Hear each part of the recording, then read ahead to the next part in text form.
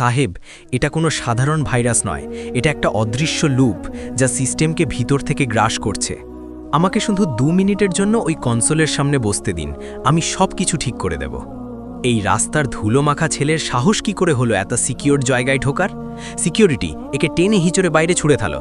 এই নোংরা ছেলে আমাদের টেকনোলজি শেখাতে এসেছে। স্যার, এটা ঠিক করা আপনার লক্ষ লক্ষ টাকার সুপার কম্পিউটারের ক্ষমতার বাইরে, কারণ এটা কোনো হ্যাকারের ভাইরাস নয়, এটা একটা ইন্টেলিজেন্ট সেফগার্ড।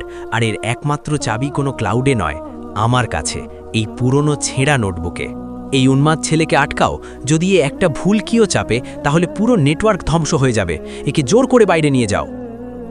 যখন হঠাৎ মুম্বাইয়ের ছত্রপতি শিবাজি মহারাজ ইন্টারন্যাশনাল এয়ারপোর্টের প্রধান সার্ভার একটা অদৃশ্য লুপে আটকে গেল, লক্ষ লক্ষ যাত্রীর জীবন মুহূর্তে বিপদের মুখে পড়ে গেল। বিশ্বের নামকরা টেক এক্সপার্টরা পর্যন্ত হাল ছেড়ে দিল। কিন্তু ঠিক তখনই একটা ধুলো মাখা ছেঁড়া কাপড়ের ছেলে এগিয়ে এসে বলল, স্যার, আমি এটা ঠিক করে দিতে পারি। প্রথমে সবাই তার কথা শুনে হাসল, তাকে ধাক্কা দিয়ে বাইরে ফেলে দিল। কিন্তু সেই ছেলেটা পরের কয়েক মিনিটে যা করল তা দেখে বিশ্বের সেরা সেরা টেক জায়ান্টদের পায়ের তলার মাটি সরে গেল। আসলে এই ধুলো মাখা ছেলেটার পিছনে লুকিয়ে থাকা রহস্যটা কী ছিল, চলো জেনে নিই। দুপুর ঠিক 12টা বাজছিল। মুম্বাইয়ের ছত্রপতি শিবাজি মহারাজ ইন্টারন্যাশনাল এয়ারপোর্ট তার পুরো গতিতে ছুটছিল। প্রতি মিনিটে রানওয়েতে বিশাল আকার বিমান নামছিল আর আকাশে উড়ে যাচ্ছিল। লক্ষ লক্ষ যাত্রী নিজেদের গন্তব্যের দিকে এগিয়ে যাচ্ছিল। কেউ পরিবারের কাছে ফিরছিল, কেউ বড় ব্যবসায়িক চুক্তির জন্য যাচ্ছিল। কিন্তু হঠাৎ এক মুহূর্তে সব কিছু স্তব্ধ হয়ে গেল। এয়ারপোর্টের সবচেয়ে সুরক্ষিত সার্ভার রুমে লাগানো অজস্র বড় স্ক্রিন একসঙ্গে কালো হয়ে গেল। এয়ার ট্রাফিক কন্ট্রোলের প্রধান মিস্টার রাওয়াতের কানে লাগানো হেডফোন নিস্তব্ধ হয়ে গেল। তিনি আতকে উঠে চেঁচিয়ে বললেন, হ্যালো, ফ্লাইট VI-707, আপনারা কি আমাকে শুনতে পাচ্ছেন? তৎক্ষণাৎ উত্তর দিন। কিন্তু উপাস থেকে কোনো সাড়া এলো না, শুধু এক ভয়ঙ্কর নীরবতা। এটা কোনো সাধারণ টেকনিক্যাল গোলমাল ছিল না, এয়ারপোর্টের মূল সার্ভার পুরোপুরি ক্র্যাশ হয়ে গিয়েছিল। এর সরাসরি অর্থ ছিল বিপর্যয়। আকাশে সেই মুহূর্তে 60টিরও বেশি বিমান উড়ছিল, যারা এখন রাডার থেকে অদৃশ্য হয়ে গিয়েছিল। তারা আকাশে অন্ধ হয়ে গিয়েছিল। পাইলটরা আর জানত না তাদের সামনে কোনো বিমান আছে, উচ্চতা কত, নিচের রানওয়ে খালি কিনা। মিস্টার রাওয়াতের মুখ ঘামে ভিজে গেল।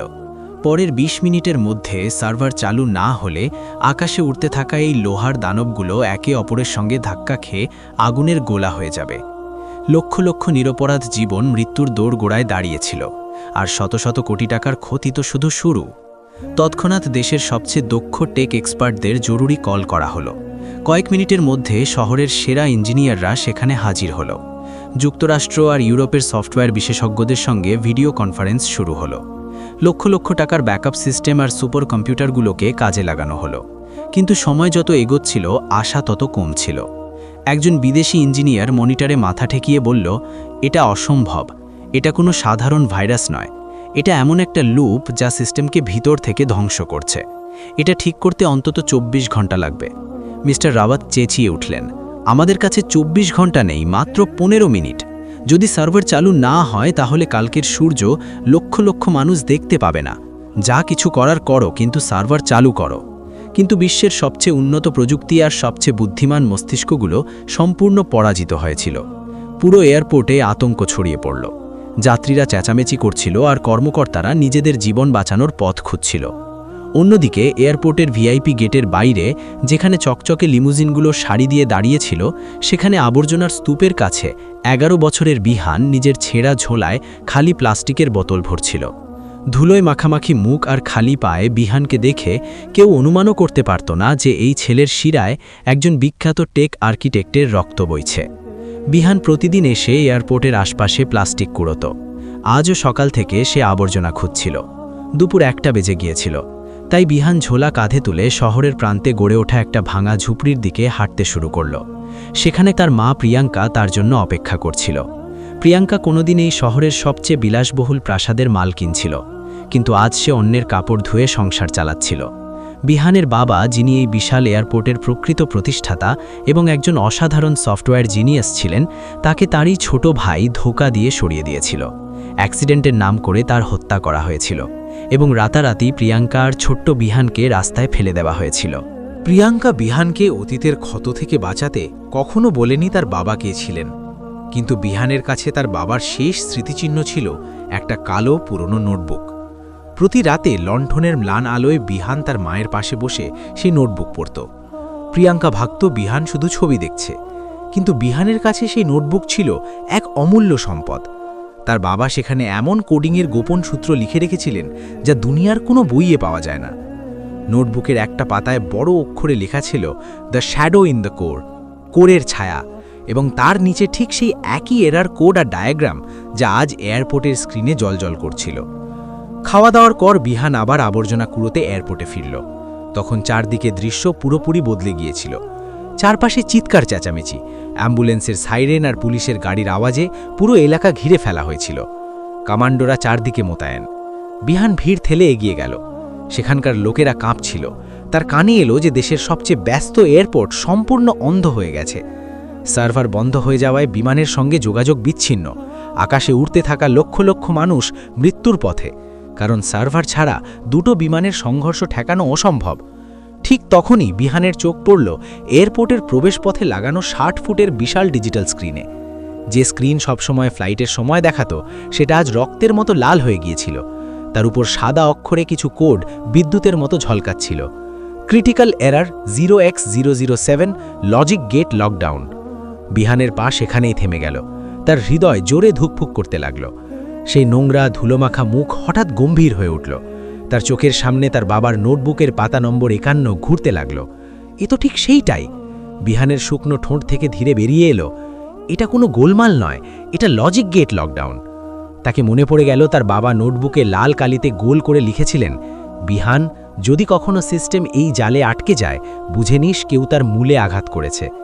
বিহান বুঝতে পারল এই সেই মুহূর্ত যার জন্য তার বাবা তাকে প্রস্তুত করেছিলেন। সে এক মুহূর্তও দেরি করল না। ঝোলা সেখানে ফেলে প্রাণপণে নিজের ঝুপড়ির দিকে দৌড়ালো। তার খালি পায়ে গরম রাস্তা জ্বলছিল, কিন্তু ব্যথা অনুভব হচ্ছিল না। তাকে শুধু সেই নোটবুক দরকার। হাঁপাতে হাঁপাতে ঝুপড়িতে পৌঁছে মেঝে খুঁড়ে বিছানার নিচ থেকে লুকানো সেই কালো নোটবুক বার করল। কাঁপা হাতে পাতা উল্টালো। পাতা 51 চোখ পড়তেই তার চোখে আলো জ্বলে উঠল। সেখানে তার বাবার হাতের লেখা, যদি মূল সার্ভার এই লুপে আটকে যায়, দুনিয়ার কোনো অ্যান্টিভাইরাস এটা ঠিক করতে পারবে না। এটা বাইরে থেকে নয়, কার্নেলের গভীরে ঢুকে একটা ম্যানুয়াল কমান্ড দিয়েই পুনরুজ্জীবিত করা যায়। মনে রাখবে, রুট কমান্ডই একমাত্র পথ। নিচে 10 লাইনের জটিল কোড লেখা। বিহান সেই কোডগুলো মন্ত্রের মতো মুখস্থ করে নিল। নোটবুকটা শার্টের ভিতরে বুকে চেপে ধরে আবার এয়ারপোর্টের দিকে ছুটল। তার মাথায় শুধু একটা চিন্তা, বাবা, আমি কাউকে মরতে দেব না। কিন্তু ভিআইপি এন্ট্রান্সে পৌঁছতেই একটা ভারী হাত তাকে পিছনে ঠেলে দিল। এ ভিখারি কোথায় ঢুকছে? ভাগ এখান থেকে! এক গার্ড চেঁচিয়ে তাকে ধাক্কা মারল। বিহান মাটিতে পড়ে গেল, কনুই ছড়ে গেল। কিন্তু সে আবার উঠে দাঁড়ালো। সাহেব, আমার কথা শুনুন। বিহান কাঁপা গলায় এগিয়ে এলো। তার কণ্ঠে এক অদ্ভুত ওজন ছিল। ভিতরের কম্পিউটার খারাপ হয়নি, এটা লক করা হয়েছে। আমি জানি কি করে খুলতে হয়। আমি যদি ভিতরে না যাই, আকাশের বিমানগুলো ধাক্কা খাবে, লক্ষ লক্ষ মানুষ মরে যাবে। গার্ড জোরে হেসে সঙ্গীকে বলল, দেখছো, এখন এই আবর্জনা কোড়ানো ছেলে আমাদের বিমান বাঁচানো শেখাবে। চল, ভাগ এখান থেকে, নইলে লাঠি দিয়ে মারব যে আবর্জনা কোড়ানোই ভুলে যাবি। বিহান আবার দাঁড়ালো, চোখে জল, কিন্তু ভয় নেই, শুধু জেদ। সাহেব, আমাকে শুধু 2 মিনিট দিন। ঠিক না করতে পারলে যা শাস্তি দিতে চান দিয়ে দিও, কিন্তু এখন মানুষ মরছে, প্লিজ আমাকে যেতে দিন। ঠিক তখনই ভিতর থেকে খবর এলো, ব্যাকআপ সিস্টেমও ফেল, এখন মাত্র 10 মিনিট বাকি। এয়ারপোর্টের ভিতরে মৃত্যুর নীরবতা নেমে এলো, আর বাইরে একটা ছেলে সেই সমাধান হাতে দাঁড়িয়েছিল যাকে গোটা দুনিয়া খুঁজছিল। কন্ট্রোল রুমে মিস্টার রাওয়াত চেয়ারে ধসে পড়লেন। স্ক্রিনে একটা বড় 8 মিনিটের কাউন্টডাউন চলছিল। বিদেশি ইঞ্জিনিয়াররা হাত তুলে দিয়েছিলেন, আর এয়ারপোর্টের বর্তমান মালিক বিহানের কাকা রাহুল মেহরা ঘামে ভিজে ফোনে চেঁচাচ্ছিলেন। রাহুল মেহরার ভয় মানুষ মরবে তা নিয়ে ছিল না, তার ভয় ছিল এয়ারপোর্ট বন্ধ হলে তার হাজার হাজার কোটির সম্পদ আর ক্ষমতা মাটি হয়ে যাবে। বাইরে গার্ড বিহানকে আবার ধাক্কা দিল। বিহান দূরে ছিটকে পড়ল, কিন্তু তার সংকল্প ভাঙল না। সে দেখল ভিআইপি গেটে নিরাপত্তা এত কড়া যে একটা মাছিও ঢুকতে পারবে না। ওদিকে এয়ারপোর্টের বিশাল জানলার ওপারে কয়েকটা বিমান খুব নুচে নেমে এসেছিল। তারা সিগন্যাল ছাড়াই ল্যান্ড করার চেষ্টা করছিল, যা ছিল আত্মঘাতী। বিহান ছেঁড়া শার্ট দিয়ে কনুইয়ের রক্ত মুছল। তার চোখ পড়ল এয়ারপোর্টের পাশে একটা সার্ভিস ডাক্টে, যেখান দিয়ে পরিচ্ছন্নতা কর্মীরা বড় কন্টেনার ভিতরে নিয়ে যায়। সে নোটবুকটা কোমরে শক্ত করে বেঁধে হামাগুড়ি দিয়ে সেই অন্ধকার পথে ঢুকে পড়ল। ভিতরে দৃশ্য আরও ভয়াবহ ছিল। এটিসি হলে নীরবতা, কিন্তু ভয়ে ভরা নীরবতা। মিস্টার রাওয়াত বারবার হেডসেটে চেঁচাচ্ছিলেন, ফ্লাইট 855, উচ্চতা বাড়াও, আমরা কিছুই দেখতে পাচ্ছি না। ঠিক তখন সার্ভার রুমের পিছনে ছোট দরজা খুলে গেল এবং ঘাম ধুলোয় মাখামাখি বিহান ভিতরে প্রবেশ করল। তাকে দেখামাত্র একজন সফটওয়্যার এক্সপার্ট চেঁচিয়ে উঠল, সিকিউরিটি, এই ছেলে এখানে কি করে? তৎক্ষণাৎ বাইরে নিয়ে যাও, এটা অতি সংবেদনশীল এলাকা। দুজন গার্ড বিহানের দিকে ছুটে এলো, কিন্তু বিহান বিদ্যুৎ গতিতে দৌড়ে মেইন কনসোলের নিচে লুকিয়ে পড়ল। সেখান থেকে চেঁচিয়ে বলল, মিস্টার রাওয়াত, আপনার স্ক্রিনে যে 0x007 কোড দেখছেন, ওটা কোনো বিদেশি ইঞ্জিনিয়ার খুলতে পারবে না।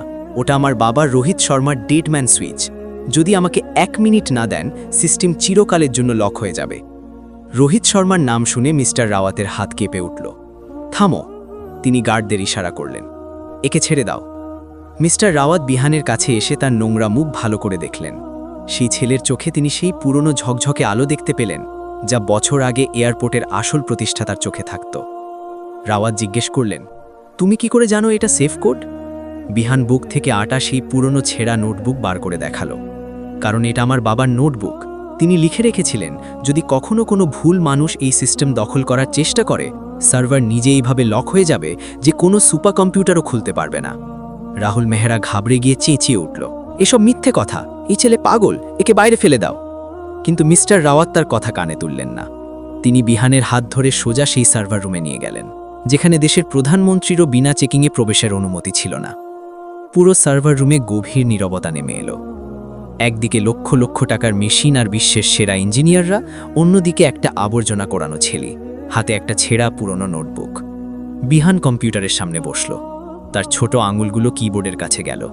সে চোখ বন্ধ করে মায়ের সঙ্গে পড়া সেই নোটবুকের প্রতিটি শব্দ মনে করতে লাগল। বাকি সময়ে মাত্র 4 মিনিট। ইঞ্জিনিয়াররা হাসছিল, এই ছেলে কি করবে, এ তো মাউস ধরেনি কখনো। কিন্তু যেই বিহানের আঙুল কিবোর্ড স্পর্শ করল, ঘরের পরিবেশ যেন বদলে গেল। বিহান কমান্ড লাইন খুলে সেই কোড টাইপ করতে শুরু করল, যা কোনো প্রোগ্রামিং বইয়ে লেখা নেই। স্ক্রিনের গতি এত দ্রুত হলো যে শুধু সাদা রেখা দেখা যেতে লাগল। রাহুল মেহরা পিছনে দাঁড়িয়ে কাঁপছিল। তার বোধোদয় হচ্ছিল যে এটা তার ভাইয়েরই রক্ত, যাকে সে মৃত ভেবেছিল। স্ক্রিনে লাল টাইমার এখন 3:45 দেখাচ্ছিল। সার্ভার রুমের টেনশন এত গভীর ছিল যে সবার হৃদস্পন্দন শোনা যাচ্ছিল। বিহানের ন্যাড়া হাত কিবোর্ডে জাদুকরের মতো নাচছিল। তার মাথায় কোনো ভয় ছিল না, শুধু বাবার নোটবুকের শব্দগুলো গুনগুন করছিল। হঠাৎ স্ক্রিনে একটা পপ আপ খুলল, এন্টার মাস্টার কি। সেখানে দাঁড়ানো এক সিনিয়র ইঞ্জিনিয়ার মাথায় হাত দিয়ে বসে পড়ল। শেষ, সব শেষ। এই মাস্টার কি শুধু আসল প্রতিষ্ঠাতার কাছে ছিল, যিনি আরে দুনিয়ায় নেই। এটা ভাঙতে বছর লাগবে। বিহান থামল না। সে নোটবুকের শেষ পাতায় লেখা একটা অস্পষ্ট হেক্স কোড মনে করল। এটা কোনো সাধারণ পাসওয়ার্ড ছিল না, বরং তার মায়ের জন্ম তারিখ আর বাবার প্রথম পেটেন্ট নম্বরের এক অনন্য সমন্বয়। বিহান শেষ বোতাম টিপতেই পুরো সার্ভার রুমে একটা গুঞ্জান উঠল, অ্যাক্সেস গ্রান্টেড। রাহুল মেহরার মুখের রং উড়ে গেল। সে পকেটের ফোন শক্ত করে চেপে ধরল। তার ভয় হচ্ছিল সার্ভার পুরো রিসেট হলে অটো লক খুলে যাবে, যেখানে গত 10 বছরের সব অপরাধের হিসাব লুকোনো আছে। সরো! রাহুল বিহানকে ধাক্কা দেবার চেষ্টা করল। এই ছেলে সিস্টেম হ্যাক করছে, আমাদের ডেটা চুরি করছে। কিন্তু মিস্টার রাওয়াত তার হাত চেপে ধরলেন। বসুন রাহুলজি, এই ছেলে যা করছে আপনার লক্ষ লক্ষ টাকার ইঞ্জিনিয়াররা তা পারেনি। একে বাধা দিলে আমি পুলিশ ডাকব। বিহান গভীর শ্বাস নিল। কপালে ঘামের ফোঁটা ঝকঝক করছিল। সে শেষ কমান্ড টাইপ করল, reboot, system force bypass protocol. পরের 30 সেকেন্ড পুরো স্ক্রিন কালো হয়ে গেল। বাইরে রানওয়েতে দাঁড়ানো পাইলটরা জানালা দিয়ে দেখল এটিসি টাওয়ারের আলো একবার নিভল, তারপর হঠাৎ পুরো স্ক্রিন সবুজ হয়ে উঠল। কন্ট্রোল রুমে রেডিও থেকে আওয়াজ এলো, এটিসি, এখানে ফ্লাইট VI-707, সিগন্যাল পেয়েছি, ল্যান্ডিংয়ের জন্য প্রস্তুত। একের পর এক সব বিমানের যোগাযোগ ফিরে এলো। লক্ষ লক্ষ জীবন বেঁচে গেল। ইঞ্জিনিয়ারদের চোখে জল, এবং তারা সেই 11 বছরের আবর্জনা কুড়ানো ছেলেকে দেখছিল, যে এখন তাদের কাছে দেবদূতের থেকেও বড়। সার্ভার রুমে নীরবতা এত গভীর ছিল যে কুলিং ফ্যানের শব্দ ও গর্জনের মতো লাগছিল। বিহানের আঙুল সার্ভারের একটা স্ক্রিনে থেমেছিল, কিন্তু স্ক্রিনে কোডের লাইনগুলো ঝর্ণার মতো বইছিল। যেই সিস্টেমের শেষ স্তর আনলক হলো, স্ক্রিনে একটা ফোল্ডার খুলে গেল। নাম, এমার্জেন্সি প্রোটোকল, প্রজেক্ট রিবার্থ। সেখানে থাকা সবার শ্বাস আটকে গেল। এটা কোনো সাধারণ ফাইল ছিল না। মেইন স্ক্রিনে একটা পুরনো ভিডিও নিজে থেকে চালু হলো। এটা ছিল রোহিত শর্মার মৃত্যুর ঠিক 1 ঘন্টা আগে রেকর্ড করা একটা বার্তা, যা সার্ভারের সবচেয়ে গোপন কোণে লুকোনো ছিল। ভিডিওতে রোহিত শর্মার মুখ দেখা গেল। তিনি বললেন, যদি আজ কেউ এই ভিডিও দেখছে, তার মানে সিস্টেম লক হয়ে গিয়েছিল এবং এটা আমার ছেলে বা কোনো অতি কাছের মানুষই খুলেছে। আমি রেকর্ডিং 20 মার্চ করছি। আমার জানা হয়েছে আমার ছোট ভাই রাহুল সার্ভারে একটা গোপন স্লিপার ভাইরাস ঢুকিয়েছে, যা আমার চলে যাওয়ার পর যে কোনো সময় সক্রিয় হতে পারে। রাহুল ভাবছে আমার মৃত্যুর পর সে সবকিছু দখল করবে, কিন্তু সে জানে না আমি পুরো সার্ভারের চাবি আমার ছেলে বিহানের জিন আর একটা বিশেষ কোডে লুকিয়ে রেখেছি। রাহুল চেঁচিয়ে উঠল, মিথ্যে, এটা ডিপ ফেক। কিন্তু ভিডিওতে রোহিত একটা ফাইল খুললেন। রাহুল, আমি জানি তুমি এটা অস্বীকার করবে, তাই এই ফোল্ডারে সব কল রেকর্ডিং আর ব্যাংকের দলিল জুড়ে রেখেছি, যা প্রমাণ করে তুমি আমার গাড়ির ব্রেক ফেল করার জন্য কাকে টাকা দিয়েছিলে। এই ফাইলগুলো এখন স্বয়ংক্রিয়ভাবে পুলিশ আর সিবিআই এর কাছে চলে গেছে। রোহিতের কথা শেষ হতেই সার্ভার রুমের প্রিন্টার থেকে কাগজ বেরোতে শুরু করল। এগুলো ছিল সেই এনক্রিপ্টেড প্রমাণ যা শুধু বিহানের কোডেই খোলা সম্ভব ছিল। মিস্টার রাওয়াত একটা কাগজ তুলে দেখলেন রাহুলের একটা গোপন কথোপকথনের পুরো লিপি, যেখানে সে রোহিতকে সরানোর ষড়যন্ত্র করছে। রাহুল পালানোর চেষ্টা করল, কিন্তু গার্ডরা তাকে ধরে ফেলল। তার অহংকার এখন ধ্বংসাবশেষে পরিণত হয়েছিল। সে বুঝতে পারল তার বড় ভাই কবর থেকে ফিরে এসে আজ তার হিসাব চুকিয়ে দিয়েছে। পুলিশ রাহুলকে টেনে হিঁচড়ে বাইরে নিয়ে গেল। যে কর্মচারীরা কাল পর্যন্ত তার সামনে মাথা নোয়াত, আজ তাকে ঘৃণার চোখে দেখছিল। মিস্টার রাওয়াত বিহানের সামনে হাঁটু গেড়ে বসলেন, চোখে অপরাধ বোধ। বাবু, আমাদের সবাইকে ক্ষমা করো। আমরা সত্যি দেখতে পাইনি। তোমার বাবার স্বপ্ন আর লক্ষ লক্ষ জীবন দুটোই আজ তোমার জন্য বেঁচে গেল। বিহান ছেঁড়া নোটবুকটা বুকে জড়িয়ে ধরল। তার এখন বোঝা গেল বাবা যে এরার কোড আর লুপের কথা লিখেছিলেন, সেগুলো আসলে তাকে ভবিষ্যতের জন্য তৈরি করছিলেন। পরের কয়েক ঘন্টায় এই খবর দাবানলের মতো ছড়িয়ে পড়ল। বিলাসবহুল হোটেলের বদলে বিহান মিস্টার রাওয়াতের সঙ্গে নিজের সেই ঝুপড়িতে ফিরল, যেখানে প্রিয়াঙ্কা ছেঁড়া কাপড় ধুচ্ছিল। প্রিয়াঙ্কা যখন দেখল তার ছেলে একটা দামি গাড়ি থেকে নামছে এবং তার পিছনে পুলিশ ও বড় অফিসাররা হাত জোড় করে দাঁড়িয়ে, তার কিছুই বোঝা গেল না। মিস্টার রাওয়াত প্রিয়াঙ্কার পায়ে হাত রেখে বললেন, ভাবিজি, ন্যায় হয়ে গেছে। ভাইয়ার হত্যাকারী জেলে। এখন থেকেই এয়ারপোর্ট আর পুরো সাম্রাজ্যের আসল মালিক আপনি আর বিহান। প্রিয়াঙ্কার চোখ থেকে অশ্রুর বন্যা বয়ে গেল। সে বিহানকে জড়িয়ে ধরল। বিহান ধীরে বলল, মা, বাবা নোটবুকে লিখেছিলেন, সত্যি কখনো হারে না, শুধু সঠিক সময়ের জন্য অপেক্ষা করে। কয়েক মাসের মধ্যে সব কিছু বদলে গেল। এয়ারপোর্টের বোর্ডরুমে এখন রাহুলের জায়গায় বিহান আর প্রিয়াঙ্কা বসত। কিন্তু বিহান তার শিকড় ভোলেনি। সে প্রথমে সেই আবর্জনা কুড়ানো ছেলেমেয়েদের জন্য একটা বিশ্বমানের স্কুল আর কোডিং একাডেমি বানালো, ঠিক সেই জায়গায় যেখানে সে নিজে কুড়োতো। এয়ারপোর্টের প্রধান গেটে সে তার বাবার একটা বিশাল মূর্তি বসালো, হাতে সেই কালো নোটবুক। মূর্তির নিচে লেখা, জ্ঞানই সর্বোচ্চ শক্তি আর সত্যি সবচেয়ে মজবুত ঢাল। বিহান শর্মা, যে কাল পর্যন্ত রাস্তায় প্লাস্টিক কুড়োতো, আজ দেশের সবচেয়ে বড় টেক আইকন। সে প্রমাণ করে দিয়েছিল পরিস্থিতি আপনাকে নিচে ফেলতে পারে, কিন্তু জ্ঞানের চাবি থাকলে আপনি নিজের ভাগ্যের দরজা নিজেই খুলতে পারেন। ধন্যবাদ, ভালো থাকুন।